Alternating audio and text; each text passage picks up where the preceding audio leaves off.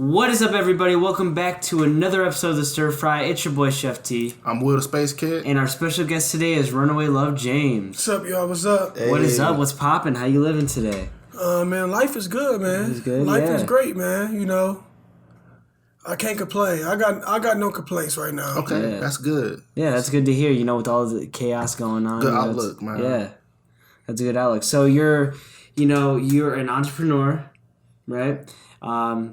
And you also love to live that lavish lifestyle that I see. Love to hear it. You're a co-owner of Runaway Love. Yeah. Yeah, okay. So kind of about you, how did you get started in entrepreneurship? Like, what kind of drove you to want to start your own business?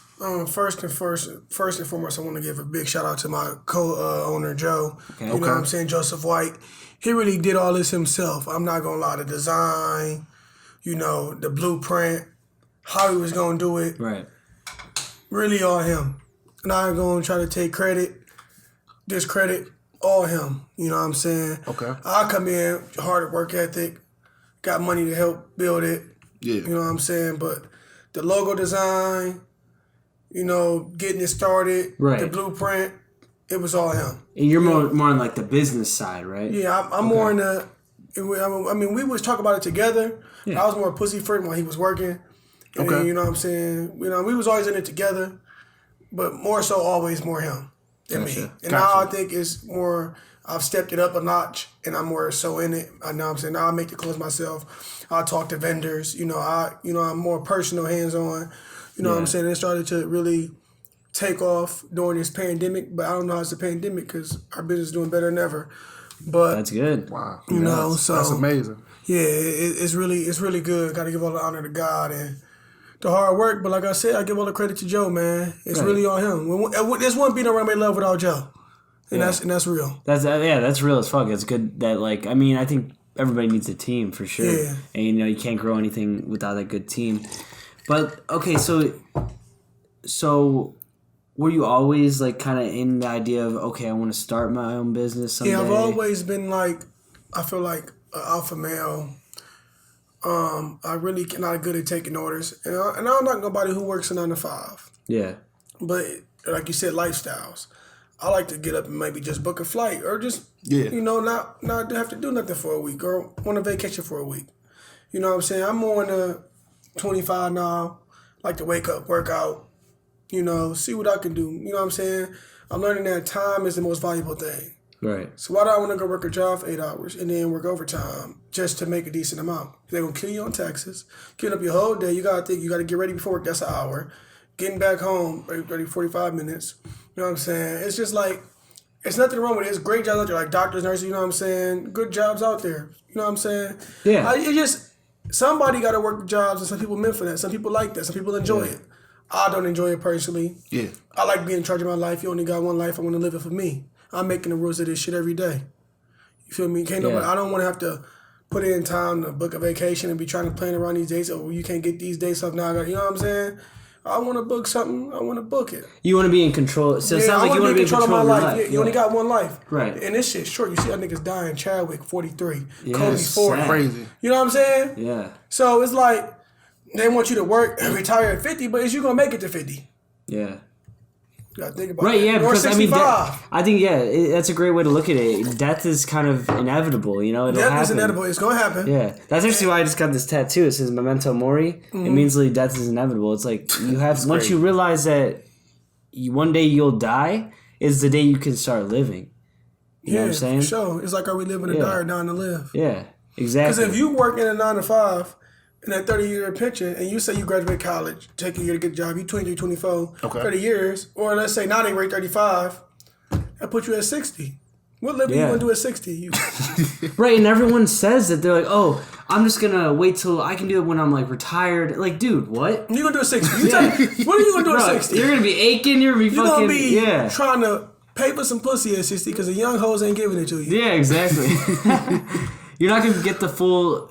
Yeah, and I agree with that. So right now, it's like the balance of... The thing I struggle with the most is trying to live my life, Okay. run a business, Right. work a job, and be a parent. It's all about balance. Okay, so let's go back to running a business. So it's well, first off, how many is it a board of people or is it y'all two and y'all just talking? It's really just us two. Okay, so let's say it's y'all two. What do you think stops y'all from like bumping heads? Because obviously the business keep going. You know, it's been going. Because most people they can't even survive a month. We bump heads a lot. Okay, That's any great business. Yeah. If you're not bumping heads, Okay. then you're not trying to grow. Okay. Unless, y'all just gotta like sit and it's just booming. But because he got ideas, I got ideas. Sometimes he moves at his own pace and it's slow, you know what I'm saying? I feel like we missing money here. You know what I'm saying? Okay. Okay, I got you. So y'all do bump heads, you admit that.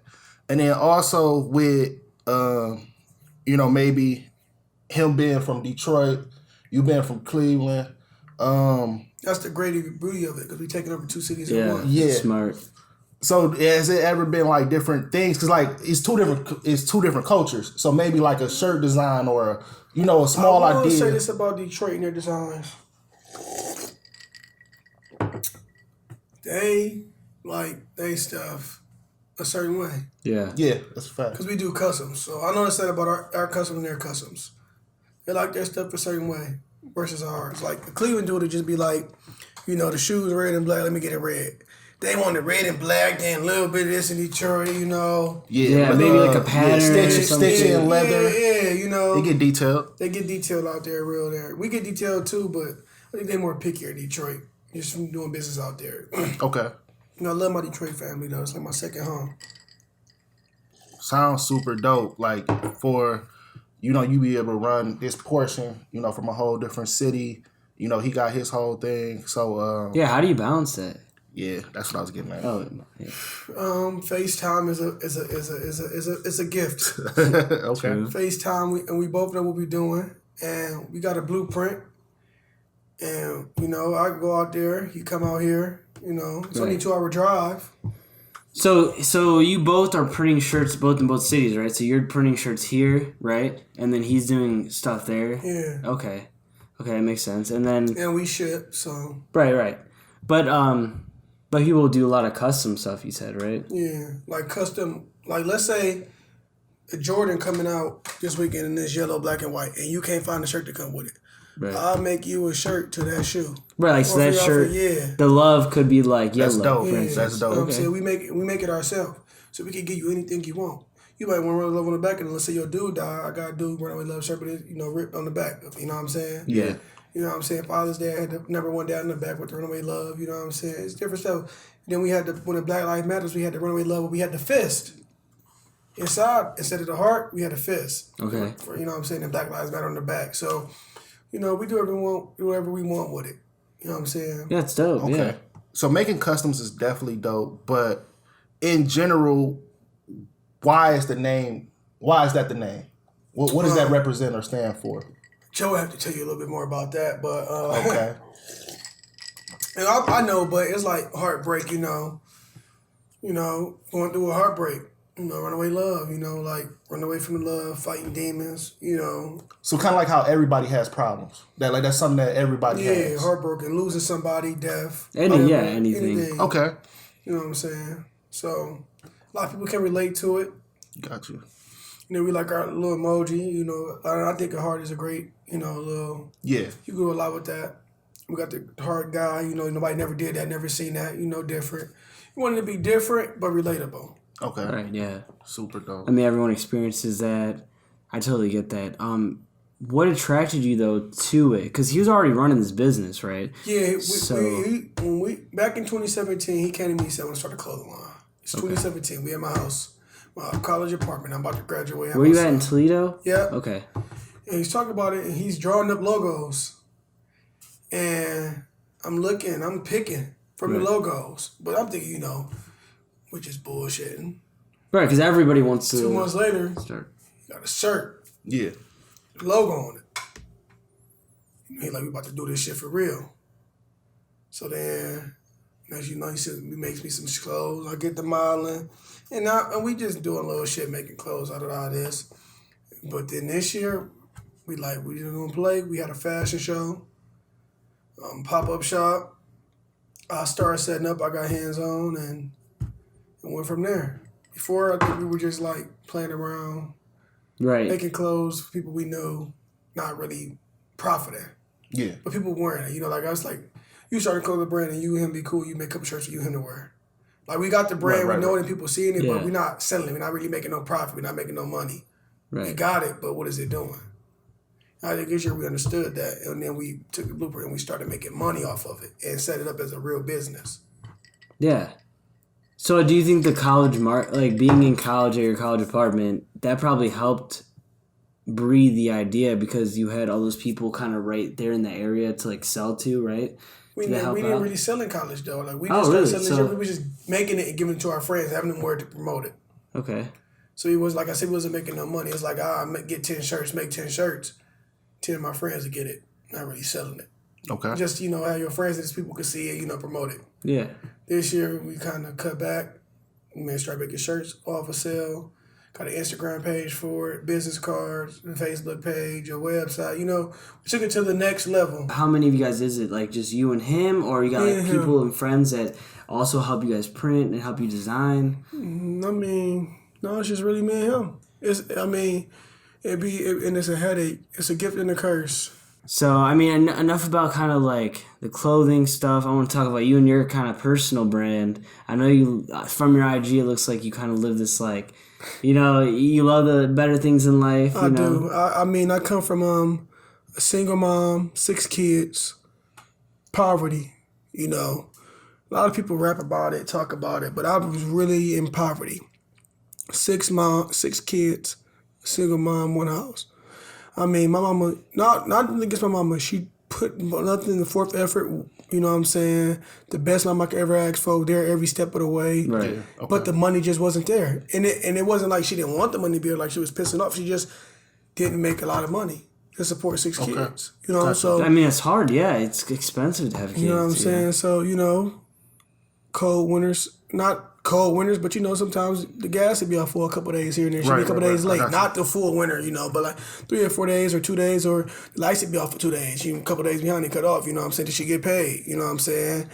Wearing boots all the way to tax time so we could get the shoes for spring, in April. You know what I'm saying?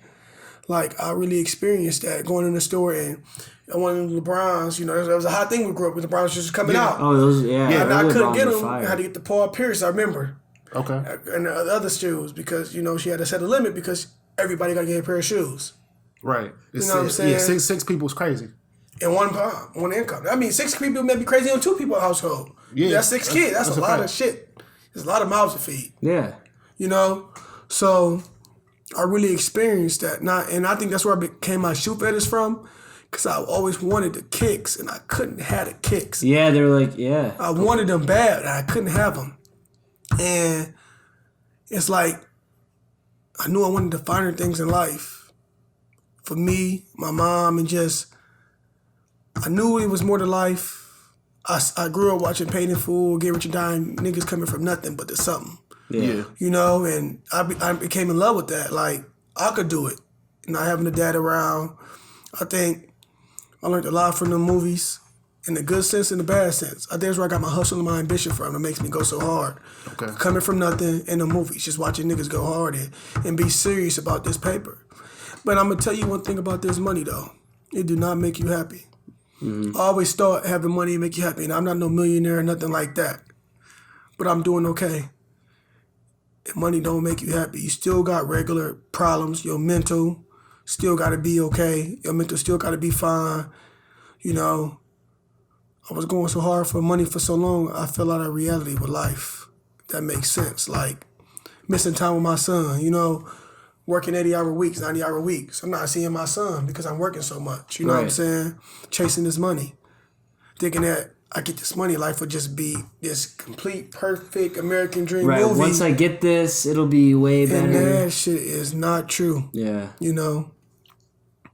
So, that's what I say is it comes with balance. Right. So what would you want to say to like your kid, like say he's older and say he's older and this you want to tell him this life lesson, like what would you tell him? Oh, we're gonna have different life lessons. Right. Well, I mean, like I said, Because I've already bought my first house in the best suburb in Cleveland. Right, you but you have saying? this drive. Yeah. So what I'm saying is like you have this drive, right? Yeah. And you have this ambition of like where you came from, and not having a dad, but now you're taking care of your kid. You're manning up. You're doing all these things. What do you want him to know about success and about money and about chasing that dream? Well, I think me and him might have two different conceptions. I think with him by having money is I don't want him to get like one of them spoiled little brat ass niggas.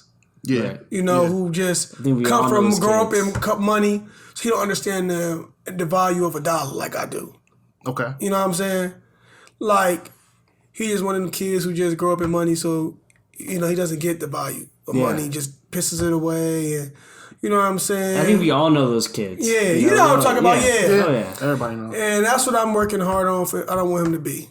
We've seen those a lot in college. Yeah. BG, Toledo. You know what I'm saying? You know what I'm saying? saying? So, but he'll be set up to where he won't have to work in college if he doesn't want to. If he wants to go to college, because I went to college and I don't think I need. I think I wasted 4 years of my life. I think I could be way more ahead if I didn't go to college. I think I'm in debt because of it, and I wasted 4 years doing something that I'm not even doing right now. Right. That makes sense. So I'm in debt and I'm not doing what I went to school for. That's like a double loss. Yeah, but what about the experience? Like what the people you met? The experience, I met a lot of people, network connections, definitely. I went to college, I went and met Joe. So, you know what I'm saying? Start the brand. So, definitely experience. I just feel like, me personally, my ambition, my drive, I was focused on school and stuff. And it's like, I could be more ahead in life, especially the route I want to be and take. You know what I'm saying? So. Yeah, it definitely makes sense. I mean, I think everyone has their own kind of journey, what works best for them, what doesn't, and school may not be best for everybody. Mm-hmm. That it might not be the case.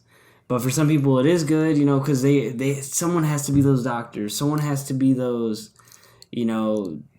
business people working in a cubicle, like, so that we can all do what we want to do. You know what I'm saying? Yeah, and I agree. And I definitely agree all the way. Somebody got to be a doctor. But doctor is a great career. You get paid great money. A lawyer. But you still have to if you don't have money, then you still have to get heavy in debt. Heavy in debt, yes. But you do make good money, but you still You get heavy in debt, but you're going to pay it off in no time. Them doctors make good money. Yeah, I mean, just having like a couple hundred... I mean, I feel like you probably, by the time you're a doctor, you probably are like a couple $100,000 in debt. No, I would say about 100. Average is about like 120. Really? I feel like people that go to 4-year universities are like $90K. Well, I graduated in 30K. Man. So I don't know what they're doing if they're getting 90K in 4 years. What are you doing at that point? Because you feel me? Because I had a scholarship and I lost my scholarship because I got kicked out of school for fighting. So I had to transfer schools. Yeah. Okay. You feel me? And I still only graduated 30K in debt. So if you graduate 90K in debt in 4 years, what are you doing? What are you taking out loans to partiers? I mean, I don't know what you're doing. but I'm saying like I think the average is at least 80K. I'm telling you. Because also we went to cheaper schools too. We went to cheaper schools. You gotta think about all the different schools. If you're a doctor, you want to go to a good school, right? So if you're just doing your first 4 years, it really don't matter. Yeah. I mean, after that, you could probably go to a better school. But like you could do your 4 years Bowling Green, Toledo, Kent State, because it's still the first 4 years. It still came curriculum. Now after that, then the nursing programs, doctor programs after that might get more expensive.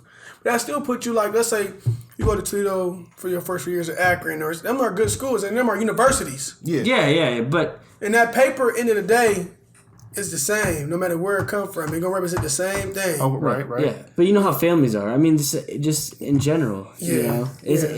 Things happen. People do take dumbass loans out. They do. Like, that's his life, right? Yeah. People live and they learn and they hit 90K and they see that bill and they're like, fuck my life, what did I do? Yeah. I mean, to be honest, a lot of people don't even know what's going on. Yeah. Like, a lot of people that might not, have nobody to talk to about that. And it's kind of like they talking to their advisor. But, at the end of the day, most advisors, they interest with the school. So they like, yes, I definitely think you should take out the biggest loan. And that might be the only person they could talk to. Granted, that's not everybody's situation. But I know that happens to a lot of people. And then they look up, they in their third or fourth year, and they like, damn, I've been taking out these loans. I probably shouldn't have did that. They had nobody to talk to. Yeah, I was taking out loans, but mine was for school. Like, I worked all the way through college, so I didn't get refund checks. Yeah. But those refund checks are dangerous. They are. The most refund check I think I got, and it was my junior year when I moved off, my My junior year when I was off campus, I got like $2,200 back. Gotcha. Both semesters, like $200 first and then second. People were getting like $6,000 and $7,000 back, $8,000. Because they take out that Parent Plus loan. I wasn't working. I was working. My work ethic's inevitable. I've always worked my whole life. You know what I'm saying? Right. For everything I've had. Like I said, it goes back to me coming from nothing and knowing what having nothing is like and not wanting to go, trying to get away from that. Running away love. You know, it's another pain. We're trying to run away from that poverty, that pain. Right. So I'm trying to run away from that. I'm trying to get to somewhere, you know? So I feel like, you know what I'm saying, I grew up to where like, I seen people lose it for $1, $5, $20. Yeah. $20 ain't shit. But I seen niggas go to war for $20. Yeah. Yeah, friendships ruin people's, And it's just like piece of paper that they printing every day. It's getting printed every day. Non-stop. Like this. But where I come from, it's not like that. It's limited. Yeah. Well, So, that's why, sorry, what were you saying? you go. Yeah, well, I was about to say, like, that's what goes back to your point. You know, money can't buy happiness. And people, especially when you're in poverty. Money can buy you nicer things, but not happiness. Right. But when you're in poverty or something, people think that is, like, the biggest dream, right? It's like, my whole life will change. I'll finally be happy once I hit this mark. And, like, yeah, you will. I mean, if you're living in somewhere, if you're living like East Cleveland and then you get enough money to move out, of course you'd probably be happier. Yes. But that's not because of the money. It's because of the choices you're making, the way you're surrounding yourself with, you know, and just trying to better off your like life. And that's what like I really think money can do. Mm-hmm. You know, it like helps you to really take care of your family and to put yourself in a better situation, surrounded by more people that want to be successful. To piggyback on what I was saying, so that's what I feel like I was going so hard for in college, to get away from that. Yeah. So that's where my work ethic comes from. You know what I'm saying? At 15, I had 3 jobs sitting before a car. I worked at a daycare. I remember the summer program YOU. Okay. I had that. And I was working at Thornton Park. I mean, I was 15, waking up to dark, working, not even enjoying my summer. It started back then. You know what I'm saying? People think my success in me 24 buying my first house, you know what I'm saying, $250,000 house, it's like they think like, well, this just happened overnight. No, I've been setting this up since I was 15. You know what I'm saying? I've been working my whole life, busting my ass. Nothing I got was handed to me. I didn't win the lottery. I didn't win no special jackpot. Shit didn't hand me, nobody handed me nothing. Right. You know what I'm saying? My mama still don't got shit. You feel me? You know what I'm saying? Only thing about what I say about that is like working hard. They say little things don't count. Every little thing counts. Like you think you go to the store, you know, I'm gonna spend $4 to $5 on snacks. Do that 4 times a week, that's $20. You feel me? Do that a month, that's $80. That's a phone bill. Yeah. It's every small thing that just that. You know what I'm saying? Going to the gym for 30 minutes a week versus not going. It's only 30 minutes. But it adds up. It adds up. Yeah. Every little thing counts in life. You want to get to that next level, you gotta act like it. Them little things they said that. The little things did chill, it counts, it matters. Everything matters, you know what I'm saying? You know what I'm saying? You got to think about 5 years from now. A lot of people live for the day. They don't live for tomorrow. And that's the problem. Yeah, they got to think long term. I think people don't think long term. You know what I'm saying? I try to look, I'm 25. I'm trying to look 5 years ahead. But before I was always looking like maybe 6 months to a year. You know, young, 21, 22. But I think that was still good. I was looking, at least looking somewhere. Facts. You know what I'm saying? You know what I'm saying? I started working on my credit at 20. I went and got me this chain that I got on right here in Lion because I'm a Leo, lion-hearted, go hard. Okay. And these earrings, K Jewelers credit card, little monthly bill like $100 a month. Okay. Put in my credit and get something that I wanted. You know what I'm saying? I knew I wanted a nicer car. But I couldn't afford a nicer car. You know, I can't buy it cash, so I got to get my credit right so I could pay a monthly, you know. Yeah. It's stepping stones. And I got the car. Then I knew I wanted the house. You know what I'm saying? So then I put steps in, you know what I'm saying? Everything, I was preparing for it. Yeah. It wasn't just happening. Stepping stones. You know what I'm saying? Unless you just go to the league or something, then it's all there or something. I ain't got it like that. Yeah, and that's a misconception. Everyone thinks that, like, people that buy a house, a nice house, or buy that chain, just buy it outright. You know, they don't think about how you can. I mean, now I buy my chains outright, but you know back then, for sure. Yeah. Stepping stone. I wanted it. Now I didn't have the cash. Right. 19, 20. but I'm gonna get it now because I know I'm gonna work and pay it off. Yeah. And build my credit. So I'm doing that way you can. That's 3 things I just did. A bundle deal. And that helped you probably going into financing a house where you needed that good credit, right? So you built up that credit, you financed a lot of different things, and then you eventually paid off when you got a house. And that credit line helped you. Cause just like, see what I was thinking when you said, you multiply these different things, like, $5 snacks. I was thinking back to how you said, your mom had a house of 6, so then we got to multiply that 80 by 6, and that's just one of the bills. That's just a snack bill. Yeah, that's just a snack bill. We can't get snack. We had $1, nigga. So shit, 75 cents a piece or something. You know what I'm saying? Yeah. For a lot of time, we didn't go to the store. We couldn't stop at McDonald's. People, she couldn't afford that. You know what I'm saying? We had food stamps. We ate good off food stamps. God bless for that. I mean, food stamps come up, but we ain't good off of that. Save your ass. Then in a month, and then you like, shit, this motherfucker, but Kool-Aid, all that, So and Kool-Aid is so unhealthy, and I didn't know that. And I didn't. You don't know that. You don't think about it growing up because you're just trying to survive. You just make Kool-Aid cheap, add water, sugar, whatever you can get. And I went to college making Kool-Aid. You know what I'm saying?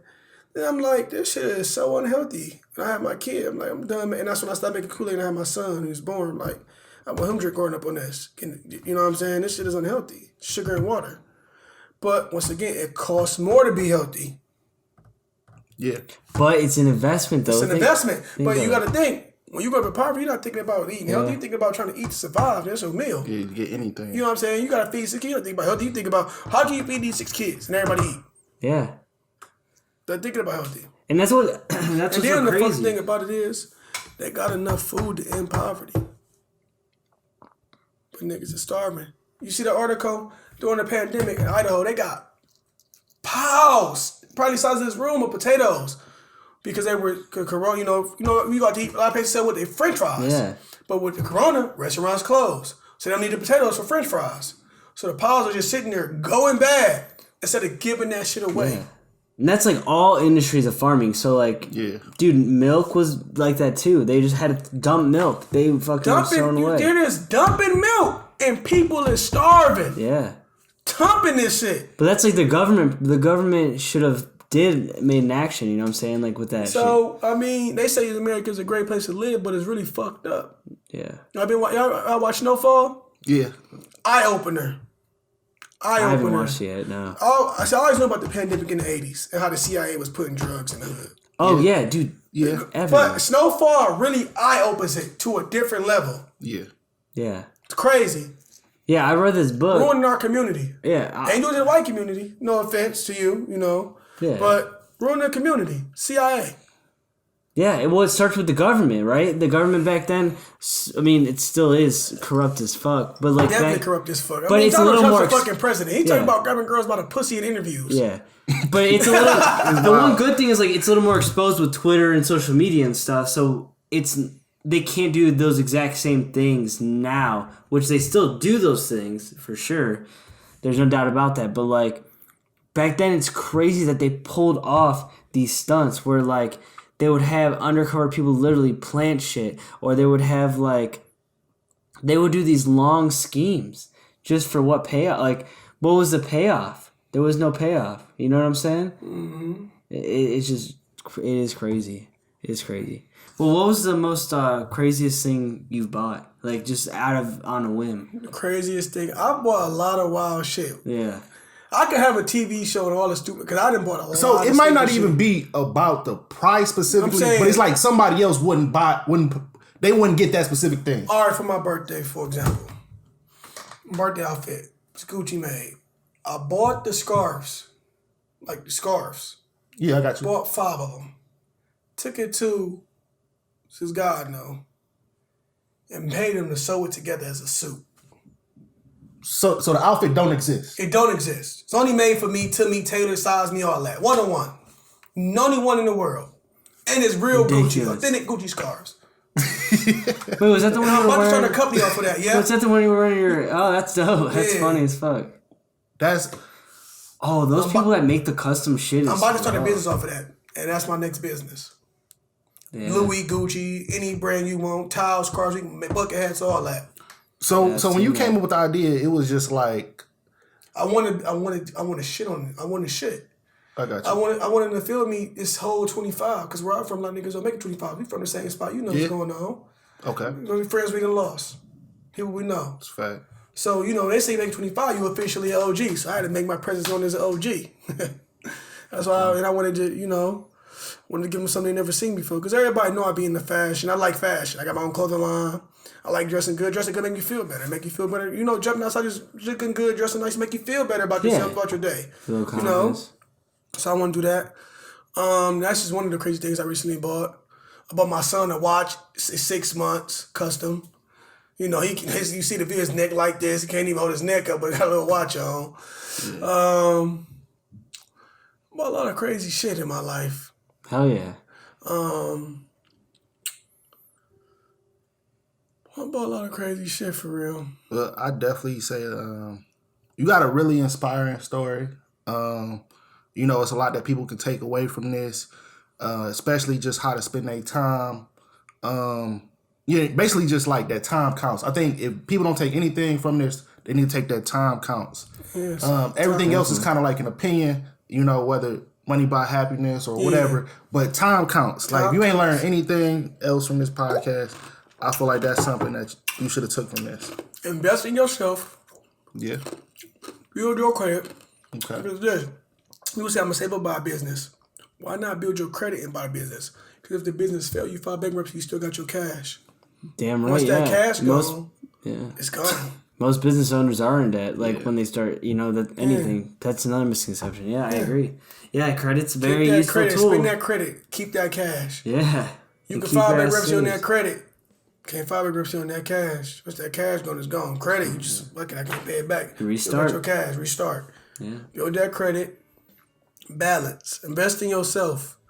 You know, I had lost myself, gained weight after I had my kid. It was like 50 pounds overweight. I was 240. You know, now I'm 202. But, you know, I lost it down to 190 because of the corona, you know, gained a little bit. But invest in yourself. Your health is your wealth. Health is your wealth. That's all you got. Mentally and physically. I'm telling you. That's the biggest investment you can do is in yourself, I would say. Yeah, absolutely. You got to be selfish.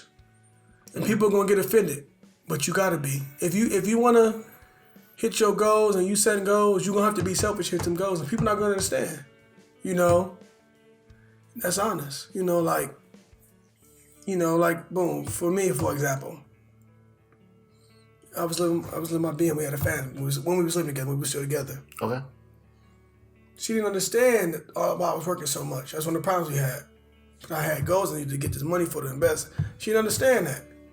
So it was like I was being selfish, but I wasn't because I was thinking about us, even though we're not together. But that's what I was thinking about, the bigger picture. Yeah. People don't think about the bigger picture. You know what I'm saying? Yeah. So, you know, sometimes you're going to be selfish. Some people not going to be happy.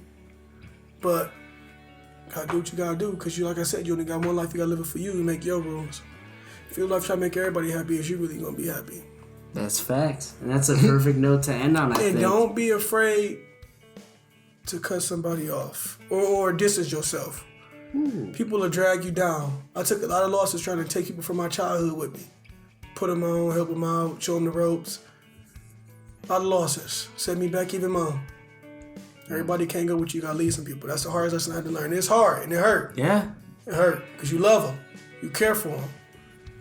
But can't take everybody with you. Yeah, that's facts. And that's all you can really do. Yeah. You know, just keep moving yourself forward. You have to be selfish sometimes. There's no doubt about that. I wish I have to go. I got a lot more knowledge, so I'm going to have to come back. Yeah, definitely. Finish talking, but you know what I'm saying. Thanks for having me. RunawayLoveJames, shop the brand. Appreciate y'all for having me, man. Yeah, it's your boy Chef T. I'm with a Spacekid. And it's been real, y'all. Keep it real. Thank you all for listening and joining us on another episode of the Stirfry. All the music was created by Steve Ozell. Check him out on all streaming services at StevoMusic, spelled ST3V30 Music.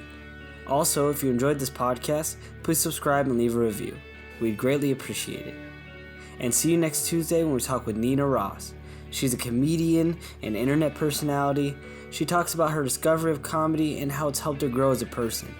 It was one of my favorite episodes so far, so you won't want to miss it. See you next week, y'all.